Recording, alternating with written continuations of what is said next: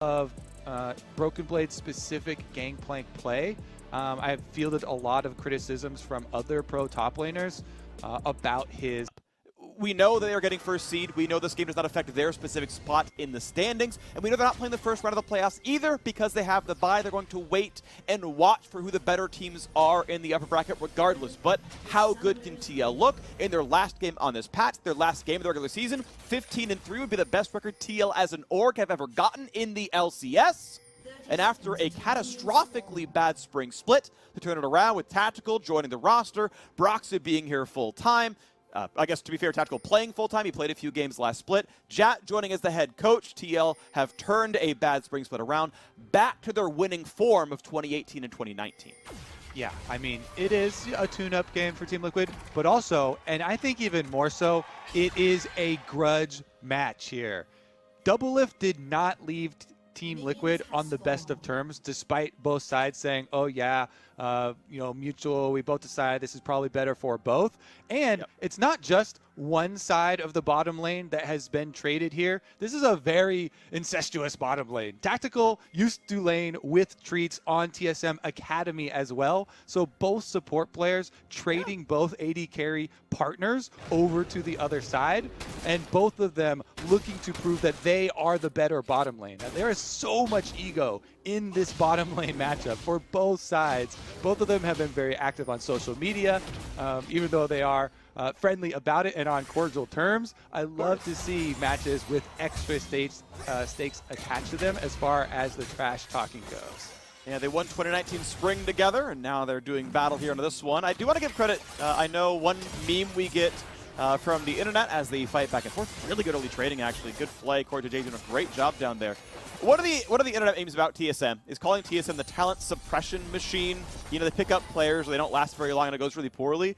Treats feels like the first really sort of homegrown TSM talent where he played on Academy for them for, a full pretty much 2 years, got brought up, and he's been actually really good. Part of the TSM resurgence has been Treats coming back in on the roster, replacing Biofrost, and he's got like 1 death across his last 6 games or so. Like, he's been really, really, really well for the squad, and I mean, as part of this team, can easily help carry that team to 2nd place. Yep, definitely true. He has not died in the last 5, so we'll see if Team Liquid can deliver him his first in quite a while. On the top side, Broken Blade starting out doing really well with the gangplank matchup. You charge up your grasp on the minions very easily and just keep on shooting them. Shen, of course, worth mentioning that he did get the extra 20 HP added to the shield passive, and he's trying to spam that. It helps you out a little bit in this matchup. As you can see, you still take a beating, and Broken Blade not hesitating to continue to proc Grasp and burning all of his mana for that harassment and pushing the wave. A big microcosm of that matchup, by the way, is the energy versus mana pool, where fight towards mid lane chances should be fine, although Bjergsen's slow can make this a lot easier. GLP, Drowsy, Q's gonna land, don't take it. You're going to walk away and stay alive. You don't want to take that one into the turret. But Broken Blade will run out of mana trying to spam Qs on Shen. And Shen really wants to get, the much longer shield cooldown up for each of those parlays. And playing around that can be important. Impact blocking what he can. Broken Blade's mana pool decent as he recalls back to the full. That's why the strategy for this lane, for the gangplank, is to push the wave while you're doing it. So basically, you expend all your mana, you go super heavy harass, you shoot them on cooldown, proccing every grasp that you can, every 4 seconds, harass them as hard as you can and push the wave, and then you recall and you refill your corrupting potion. That's exactly what Broken Blade did. He's been playing the beginning of this matchup really well. He even finds Broxa taking Krugs and is able to get a Trial by Fire proc, plus the extra Q here. But Broken Blade, you see, he burned through all of his Corrupting Potion charges for the extra mana, harassing, pushing the wave, and then once you push the wave like that, you get your recall off, go refill it, and buying a cold now to continue trying farm and to try and outscale the Shen for later. Impact constantly better at time of the auto attack. Parlay in the air, still gets the barrel knocked down each time. Well done to him. Impact's really got the mechanics still on. So many years after his World Championship victory in 2013, he's still got it. As we all know, he's one of the very best players in this league, one of the best top laners, and definitely a mainstay on the TL side. A lot of trophies to his name, of course. TSM getting the shove down to the bottom side. This would be a bit too early for a BF sword, but it'll be Warhammer for Doublelift if I have my gold estimations correct. Treats can easily block the hook. And that's really nice, actually. The timing was tight enough that they get to both go back anyway. Yeah, love to see it. On the top side too, looks like Broken Blade was unable to pick up all of those CS, and so Impact on the pushback has established a really good 10 CS lead for himself, with a couple of extra being traded now, but really nicely done for the last hitting. You mentioned the auto attacks that Impact was getting off, timing them better on the barrels, but also his last hitting has been better during the trades. And Broken Blade lost a few in his aggressive push that he tried to pull off. And since Impact is going, obviously with the Grasp, that's basically the only top lane keystone that you're ever going to take on the champion. And you get a lot of the extra sustain in the tree. He is coming out of it with the extra gold. Now, one thing I want to point out is, at least as far as solo queue is concerned, Shen wins more games than Gangplank in the matchup heads up. Shen's more successful over the course of a game of League of Legends. Doesn't mean he wins lane, but could mean that, has overall more impact right now. And you've seen with the Shen shields, with the dodge zone also blocking parlay, he's actually got a decent amount of tools to deal with the annoyance of direct shot parlays. Now, that's not going to block barrels very well. In fact, the dodge zone won't block barrels at all. But it will allow him to dodge some of the damage output there, and you saw some pieces of it as he TPs back to lane. Ninja Tabby in, and now we teleport to the bottom side. They want to go for a play right now on TSM. Bjergsen can't get much done. Gonna walk back to mid. Yeah, there wasn't any setup there, range for treats, so swing, but not a huge cost, as he was probably going to teleport right back to lane. Treats a little bit far out in the river, but he is Rakan. Plenty of mobility on the champion. Nice shot there by Bjergsen, getting a chunk in towards Jensen. Going to fight over the wards. Jensen will still kill it. He's still fine over there. Small CS lead here on the Syndra. Of course, Bjergsen had to blind pick his champion. But Team Liquid now feeling comfortable around the bottom side with that push coming through. Tactical on the early Zerker Greaves gives a lot of power to Ashe. He's really move speed focused. Move speed difference is very, very important on her. And it means they can try for this Drake, but as TSM finish out the wave and come back around, they're able to contest for this one. Now Spica is here. Smite Fight's going to come through. It's Shen over the top. Gameplay ult as well. Who's going to win this one? Picked up there by Broxah. The fight continues with one kill onto Spica as well. Kill comes through to Core JJ. Team Liquid getting the better of the first battle of this game. Yep, they want to use their impact difference. Impact Shen. While you were talking with the setup for that dragon, my eyes were on the mini-map, and Impact was aggressively trading with Broken Blade, trying to actually push him out of the lane first. And then you come in much quicker with the Stand United than from a teleport channel. So even though Impact had used his teleport to get back to lane from the parlay harassment, he still is able to get the shield onto Broxah, arrives before Broken Blade can arrive, channeling his teleport. See on the minimap, Broken Blade's recalling right now, and Stand United comes in. Broxah skirts around the outside of the dragon. He also blinded Lee Sin there, and then he's able to get the burst damage, plus they get the lockdown onto Spica. They get their kill for themselves. First dragon for Team Liquid, first blood for Team Liquid, and they effectively use Impact Shen once again. Nicely done. So now looking around the map for the next play, 800 gold lead plus a Drake is going to make Team Liquid feel real comfortable right now. Small farm lead for Broxah. Level lead going to be coming pretty soon, you have to imagine. Overall, good things around the board. TSM printing some money because of Gangplank passive, or at least the parlay, really, but that's kind of it. And Cole eventually goes through there as well, but you got to feel good about TL start to this one. And we'll see if the Syndra keeps stuffing Rakan engages down the line. Again, Impact gets the kill on the barrel, puts the dodge zone, wins that trade, gets the Q back for Grasp.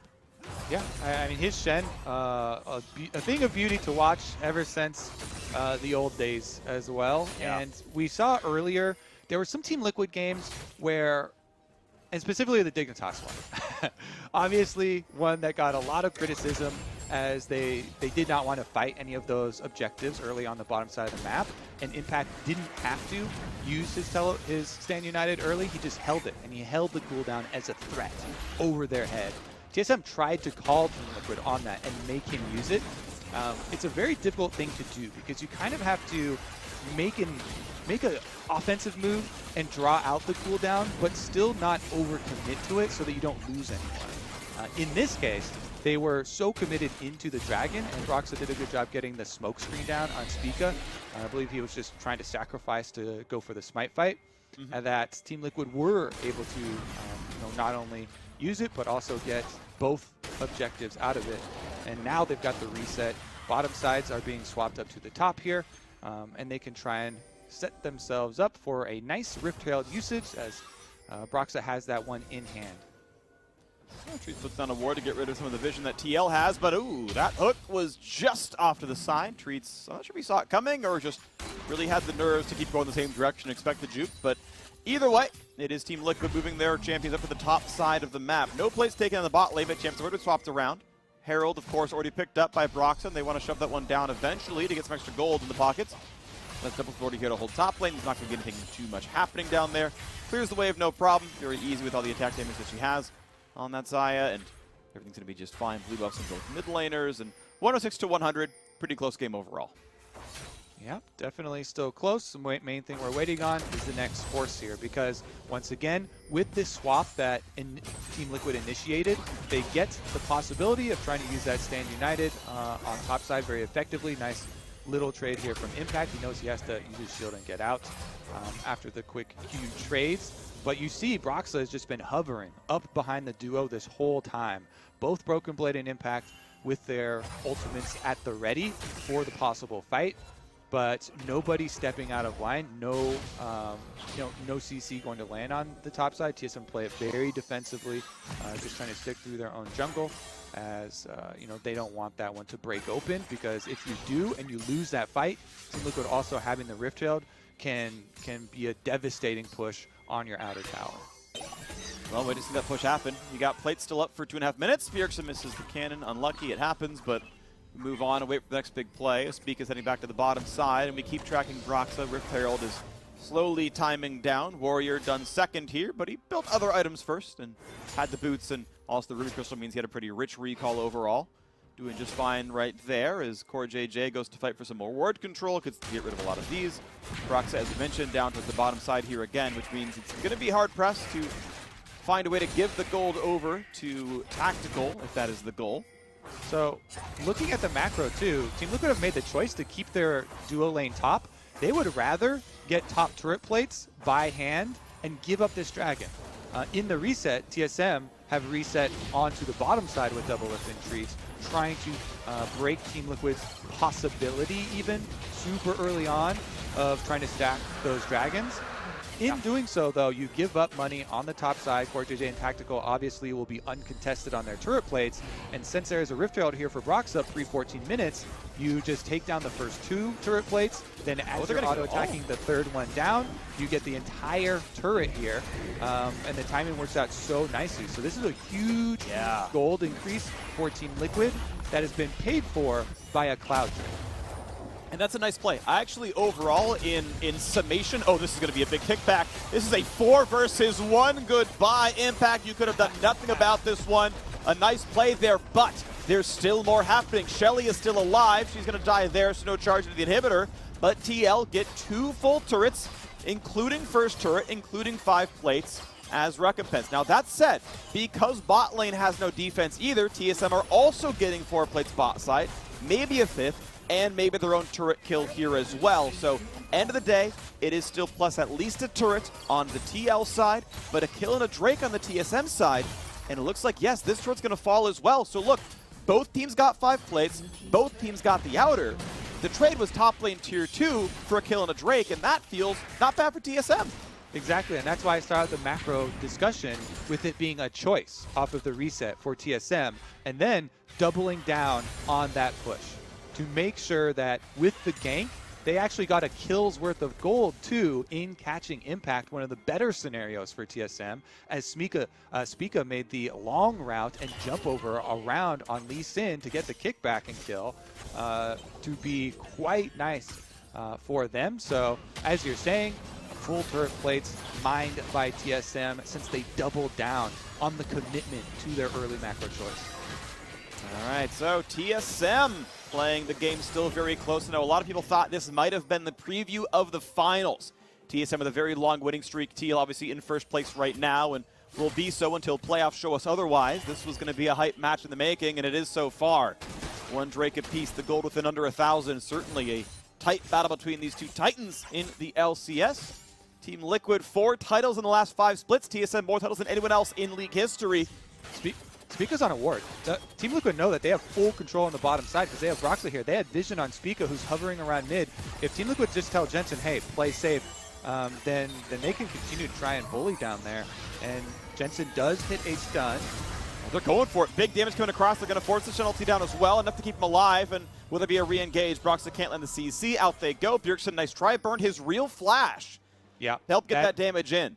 That's huge losses for Team Liquid. Because of the counter push there from Bjergsen, landing that bubble and forcing that, they lose not only Shen and the Flash, Shen Ultimate and the Flash, but look at your mini-map, Broken Blade gets the top turret because Impact also had to leave there.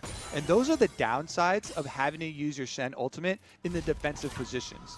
The shoot button has been pressed. It's at a cost. That thing is not free. And the top tower taken by TSM in payment. But really, the credit does go to Bjergsen in the mid lane, forcing that. Him and Spica pressuring on Jensen to get the cooldowns and get the pressure opening on the map. All right, the wave's going to be clear to the mid lane. TSM to a gold lead here into this one. 200 gold ahead right now. After bleeding first blood in the first Drake, I've found a lot more to do in the mid game as we crest 16-10 into the game. Second Herald is up. TL got the first. It got them a big push topside. Spica just goes at the Q. Not going to try. Not going to lose his life with a chance at a smite. So we'll see what turret TL kills down the line. Easy blue hand off to Jensen as Broxah does some leashing. All 5 of TSM, though, are in mid, and they're here first. This means a lot of damage on this turret. They shouldn't be in too much danger, but might be a play in. CoreJJ, though, pushed back, taking some damage, walks away. Cooldown still available on TSM's side, and not enough damage to the turret to kill it, so it's going to stay alive. TL able to defend in time, and that will stand. Yeah, even though there's significant damage done to the health bars, TSM without the immediate minion wave, not going to keep up the pressure here as Impact is pushing top side and bottom side minion wave would have crashed into the turret. So both sides paying attention to the presence of their side lanes. Double Lift does not want to give up that juicy double stack minion wave on bottom side, and Impact trying to continue to keep pressure because even though he doesn't have his Stand United, his teleport was at the ready. He could join the team after getting the top side pushing. So that's why you call a stop to the fighting towards mid, stop to the pressure on that tower, and you turn your eyes towards your reset into Dragon. Control wards picked up by 3 of the members on TSM, 2 of them on Team Liquid, and they use their second Rift Herald to break an opening. It looks to be enough damage. If the turret's at half, it'll die to a second Herald. That's going to be enough damage. Down it goes. And the gold gets closer yet again as TL picks up their 3rd turret of the game, tying the game in that regard. Gold-wise, I should say. They're up in turrets right now, 3-2, and now fighting over the bottom river. Now, they have not been able to shop with the gold they just picked up. That can be a small piece here. Treats wants in, waits out the play. Can't find a single bit of crowd control, though, as TL definitely kites back. And now TSM are going to go for this play. They're missing a couple of ults, but they still feel comfortable to start fighting this Ocean Drake. Double lift on Essence Reaver with some crit over the top. Tactical arrow back up at about 5 seconds. TL are pushing forward. CoreJJ not going to take the damage. Bjergsen finds the sleep, goes to the play, stolen again. Broxah again and again and again outsmites Spica. And it's time for TL to run away. Broxah can ult to safety if he needs to. Wait for the quick draw instead. He's going to be just fine with that one. TL walk away with their second Drake of the game. Broxah gets it again, and meanwhile, they had Impact called over with the Stand United, so once again, TSM do get the side push at the cost of a Dragon going to Team Liquid. Now, I want to take a look at it again and see if it was a combination here. So Tactical respecting his old lane mate. You see the early flash there? He preemptively flashes before Treats goes in with the W. Treats not wanting to expend an extra summoner to close that gap on top of it. But that was very close, and now Tactical without the flash. But Broxah slips into the back of the pit. TSM want to go for the 50-50 here. Stand United is on him. It's the end of the line, plus the smite combination going down there. Spica didn't get his off. Meanwhile, of course, the cost for using your Stand United to make Broxah confident in going for that Dragon Steal, confident that he won't get immediately turned on, is that they got a wave pushed up, but no damage to the turret. So Team Liquid pretty happy with that steal. Double Lift can feel comfortable in mid lane. He's got Flash, he's got Cleanse, and of course the ulti up on the Zyre. Empire Cannon gets 1 auto, has to still put in 3 to knock it down, and does so pretty easily. I'm personally a fan of IE second for pure DPS, but we're going to move off of 80 carry builds for now. It's old hat right now. TL pushing out the mid lane yet again, or at least looking for the wave in a second as they kill off the wards. big farm lead. Oh, nice. Yep. Couple of barrels. Impact getting some extra money. You know, it's so nice, right? Because Gangplank gets free gold from using Parlay, and he gives Shen some free gold for putting barrels down and letting him last hit it. So, you know, he's sharing the wealth, and I appreciate that. I have seen a couple times though Impact kills the barrel instead of a minion. So there were a couple of ones like that where he prioritized it over the trade. But damn, Impact he's been practicing his whack-a-mole or something. His timing is quite good on these barrels. Obviously Shen actually has decent attack animation and decent attack speed, but he's been very good at it. Really impressive stuff by him. So, look at this. Very, very close game here. We'll say gigantic farm lead to Broken Blade. Of course, he has been often stuck over in that lane as Impact ults over. Broken Blade gets a turret, gets a wave or two, shoves it in, does whatever else. But it's keeping the game close. Because ultimately, at the end of the day, Team Liquid have still done a very good job of pushing. They have gotten more Drakes overall. They've taken the Heralds. They have done a lot in the objective game. And TSM keeping up mostly via farm. So now we'll see what comes through next as Max CDR is in for Broken Blade. It's the more spellcastery build. You can go IE second. I'm not saying you have to, but it is more damage if you do it. But getting Max CDR instead. And now the table. Oh, just barely. Nice little dodge there by Treats. I mean, we talked about it at the beginning of the game, but here's the engage. Double stun comes across over the top. The rest of the team, this could be a kill, a charm, into a knockup. They're going to go for this fight. TSM, they've already got a 1-for-0. Treats burns the stopwatch. Just barely double stays alive, and Impact trades one back for the knockups again. Another 1-for-1. This is a 3v3 now on the map, and it's TL's time to run away. Bjergsen goes in for more, looks for the sleep pretty soon. He looks for another paddle star, going to look forward. Can he find Impact? With Lantern, he cannot. Out they go. Again, the fight is equally traded 2-for-2. AD carry or support in jungle versus AD carry in mid. Different roles on both sides. Now back on the map. Nice little barrel chain there. Impact a bit low. Yeah, and Bjergsen still has a flash too. Bubble doesn't land enough, so Impact will be fine. I stashed away from him, and it is a reset. 2-4-2 in the middle of the game. Freak, this game, the pressure is just building so nicely with all the early choices that they traded. Here's another look at the arrow being dodged by Treats. Nice dash away from him, and the counter engage. Good ultimate from Broken Blade, gets the slow down. Spica goes in, even kicks out the Graves that has Shen on top of him, and allows Double Lift to go so aggressively. He just ults in onto Jensen. Tactical tries to fight off Double Lift with the Ashe, but since Tactical doesn't have his flash from the earlier burned flash in the Dragon fight, he can't get out after being in the middle, trying to dish out the DPS there, and then they end up trading those 2 kills. He still dealt a tremendous amount of damage, but Broken Blade with the ultimate and with the barrel chain was the big one for TSM to get it all started. Alrighty, so once again around the map, it's again a close game, exactly what we expected. A preview of what many believe to be the LCS finals of this split.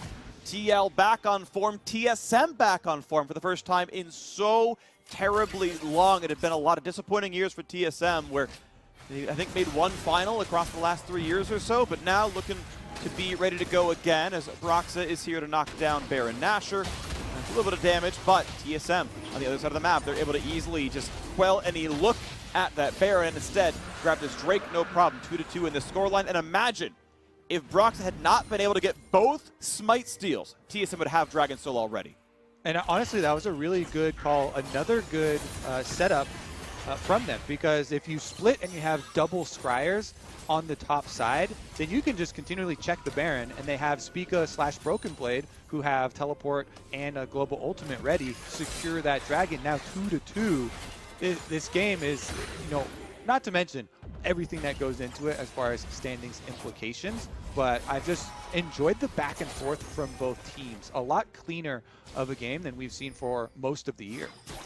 Yeah, totally agree. This is, I think both players know it. And I'm happy that TL is taking this game incredibly seriously. Even though they do not have playoff standings on the line, they are already locked first. They are playing this game to win it. They're playing with respect. They're not doing, limit testing as we had it out of Golden Glue in a couple games ago.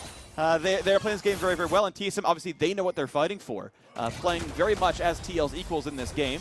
Broken Blade just shoving down a couple of barrels to deal some damage. Items still coming through for Spica as Black Cleaver is now done. And we're going to see Broxa moving towards his own death stance to keep that scale going. Very slightly ahead on the Graves, as you expect. The better farmer in this jungle matchup. So now I want to turn my sights forward and look into the future a bit here, because this is where the game really starts to get interesting. You start to develop a power difference for the split push on the side of Gangplank. Shen has a ton of wave clear that Impact has invested in his build, going for the Tiamat on top of his Sunfire cape. But since Broken Blade hit the 2-item power spike with his Essence Reaver plus Trinity Force, this arrow does land, and Doublelift doesn't want to take any chances there. Cleanses early so that there will be no follow-up death sentence. But that does allow a little bit of first move for TSM. As Broken Blade, he tried to AoE the wave, push back Shen a little bit, and then make a possible move towards mid. Impact then can slip in, make use of his great AoE with Tiamat Sunfire, pushes right back, and is going to try and get that last little bit of a push for Team Liquid so they can get their vision deeper. And that slow cleanse from Doublelift was, I believe, intentional. That's not old man reflexes. That's him saying, do I need to cleanse? Is there follow-up? Okay, Thresh is coming. Okay, yeah, he's going to be in hook range. Okay, let's cleanse and walk away. Like, that can be memed on. Like, sometimes you'll see slow summoners. It's like, okay, you should have flashed or cleansed earlier. That's Doublelift having the space to react and saying, okay, yes, I have to burn this. So, smart play out of him.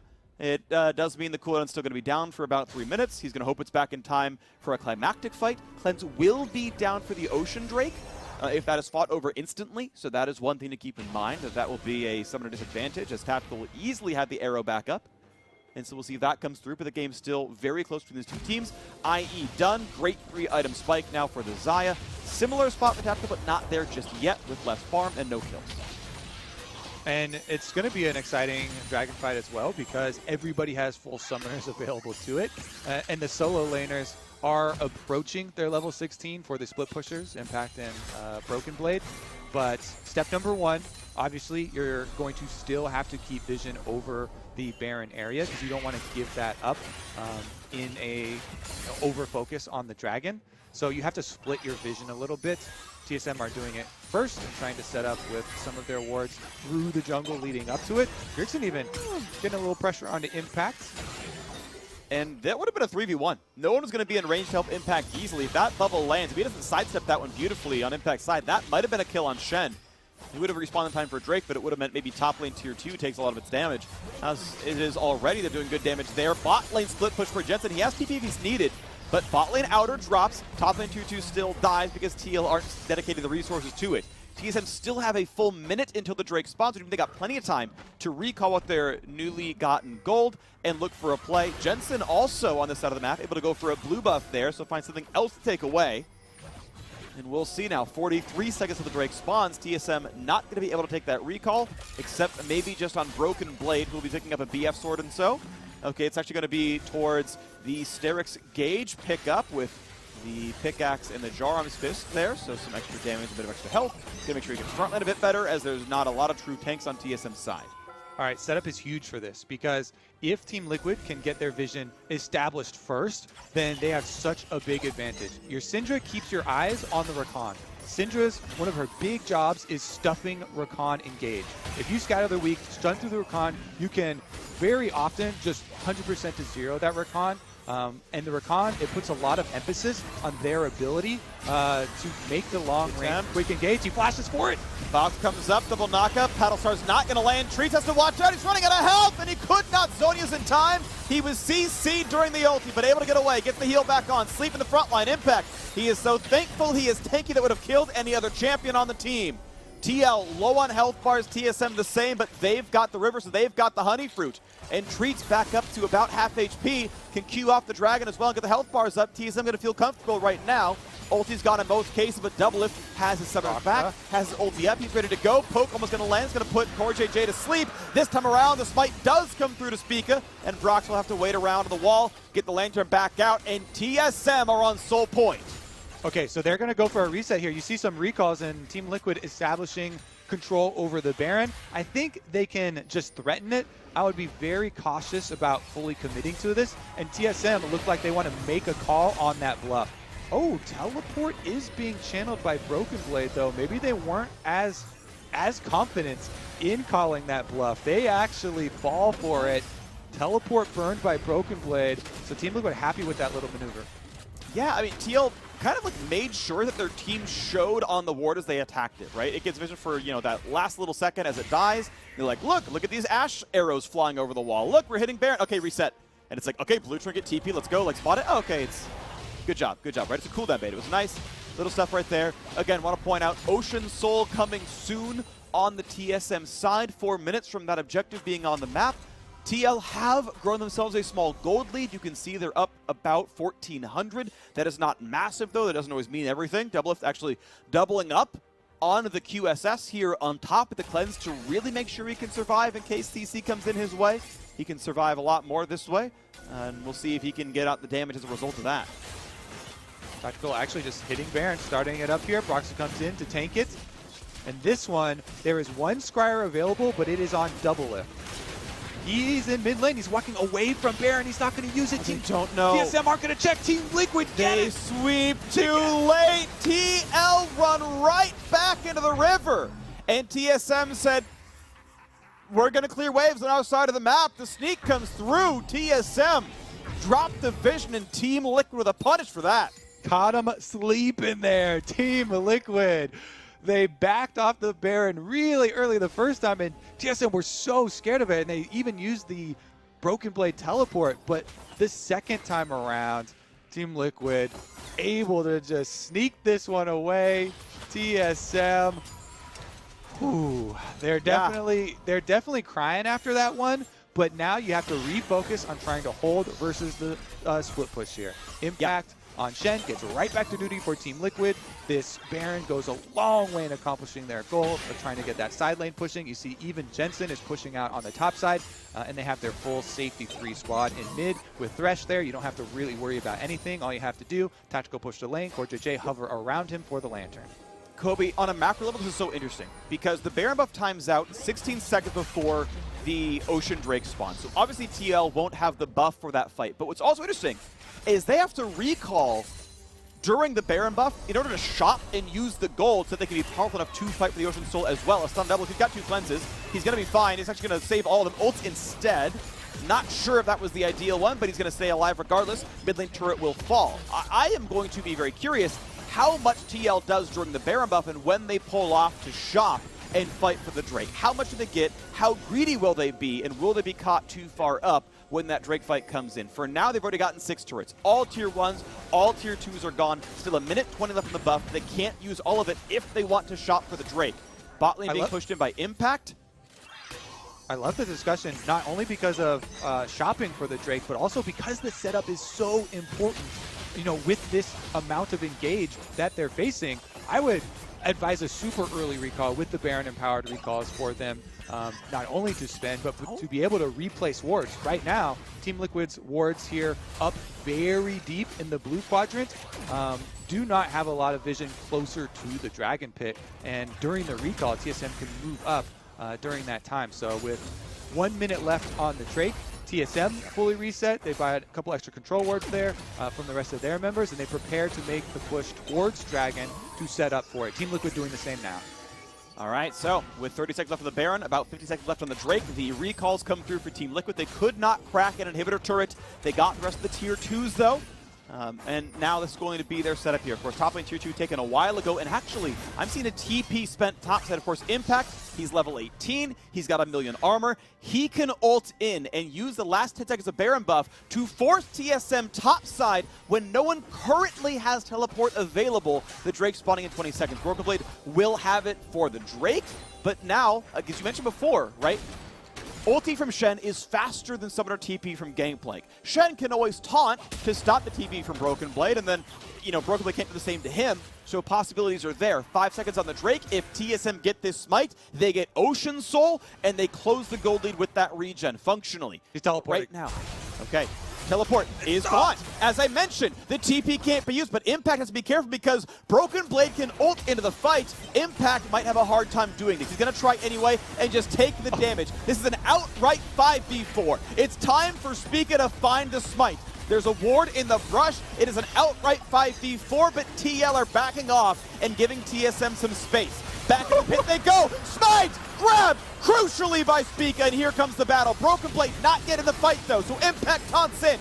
They catch Bjergsen. Doublelift on the way out. He's going to have to ult soon. When's it going to come down? Finally pops into the air, looks for the root. When can he flash away? He can't do it at all. It's 3 kills picked up. Only now can Broken Blade even try, and it's not going to matter. Why even bother? The spike comes through, but TL get 4 kills, and it's time to crack the TSM base. TSM get the Ocean Soul, but at a tremendous cost. Freak, 4 kills plus gonna be maybe half of their base. With these death timers, Team Liquid will lay destruction to the TSM base.